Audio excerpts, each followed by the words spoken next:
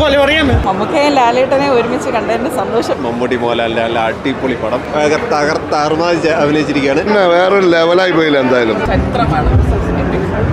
പറയാൻ വാക്കുകളില്ല. പടം കുഴപ്പമില്ല, കണ്ടിരിക്കാം. പക്ഷെ ലാലേട്ടനും മമ്മൂക്കയും തമ്മിലുള്ള സീൻസാണ് മെയിൻ പോസിറ്റീവ് പടത്തിൽ. അതായത് അവർ രണ്ടുപേരും തമ്മിലുള്ള പ്രത്യേകിച്ച് സെക്കൻഡ് ഹാഫിലുള്ള കാർ ചേസ് സീനും അതുപോലെ ഹോസ്പിറ്റൽ ഫൈറ്റും കിട്ടുമായിരുന്നു. ഓവറോൾ കൊള്ളാം. ഒരു തിയേറ്റർ കാണാൻ സെറ്റപ്പ് ഉണ്ട് അത്യാവശ്യം.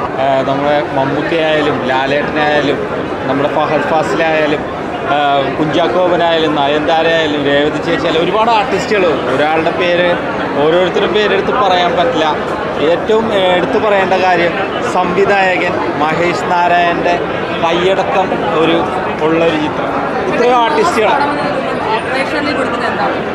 മാസ് പടം എന്നുള്ള രീതിയിലല്ല ഇത് വന്ന് കാണേണ്ടത്. സാമൂഹിക പ്രശസ്തിയുള്ള ഒരു വിഷയം, അത് കൈകാര്യം ചെയ്യുന്നൊരു രീതി, അത് ഈ സംവിധായകൻ്റെ മറ്റുള്ള ചിത്രങ്ങൾ എടുത്താൽ നമുക്ക് കാണാവുന്ന ടേക്ക് ഓഫ് പോലുള്ള ചിത്രങ്ങൾ, അത് ഈ ഒരു ചിത്രത്തിലും അദ്ദേഹത്തിൻ്റെ ഒരു കയ്യൊപ്പ് ചാർത്തിയിട്ടുണ്ട്.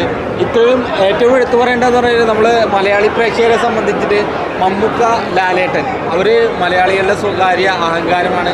ഇന്ത്യൻ സിനിമയുടെ മുഖമുദ്ര തന്നെയാണ്. പടം ഒക്കെ എൻ്റർടൈൻമെൻറ്റ് മോഡൽ പടമാണ്. അതുപോലെ തന്നെ സോൾജിയർ, എന്താ പറയണ്ട, നമ്മളിപ്പോൾ സമൂഹത്തിൽ നടക്കുന്ന ഒരു കാര്യം എന്ന് പറഞ്ഞാൽ ലാപ്ടോപ്പ് സ്ത്രീകൾക്കെതിരെയുള്ളൊരു അതൊക്കെ ശരിക്കും സിനിമയിൽ കാണിച്ചിട്ടുണ്ട്. അതുപോലെ ലാലേട്ടനായാലും മമ്മൂക്ക ആണെങ്കിലും നല്ലൊരു കോമ്പിനേഷൻ 2026. പിന്നെ വേറൊരു ലെവലായി പോയില്ല എന്തായാലും സോൾജിയർ മോഡലൊരു മൂവി എന്തായാലും കൊള്ളാം. നല്ല പടമാണ്, എല്ലാവരും വന്ന് കാണണം. അതുപോലെ തന്നെ എല്ലാ വിജയ ആശംസകളും നേരും. അവർ പറയേണ്ട കാര്യമില്ല, അവരുടെയൊക്കെ അഭിനയം പക്ക ഇതാണല്ലോ. ഇപ്പം നമ്മളിപ്പോൾ എടുത്ത് പറയേണ്ട കാര്യമില്ലല്ലോ, അവരൊക്കെ വേറെ ലെവലാണല്ലോ.